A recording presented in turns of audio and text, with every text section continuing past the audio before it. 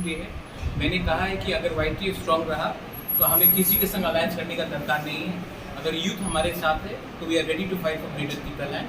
हम लोग देखेंगे लास्ट जब तक हम लोग के अंदर सांस है हम लोग अपना डिमांड के लिए फाइट करेंगे। ये हमारा बात हुआ है और फाउंडेशन डे है 3 तारीख को।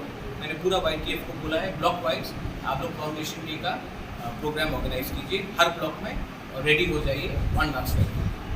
आजकल YTF की तरफ से कैसा काम देखने को पड़ रहा है? आपने देखा होगा कि ये गर्मी के समय YTF के वो वॉरियर्स ने ऑलमोस्ट 1,12,000 लीटर पानी डिस्ट्रीब्यूट किया है पूरे त्रिपुरा में।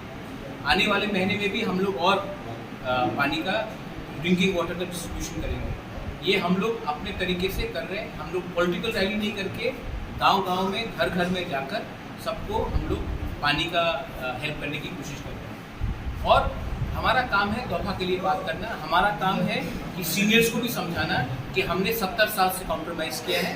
इसी के लिए आज हम लोग का ये परिस्थिति है। इस बार हम लोग कॉम्प्रोमाइज़ नहीं करेंगे। हम लोग रेडी है अपना स्टैंड दिखाने।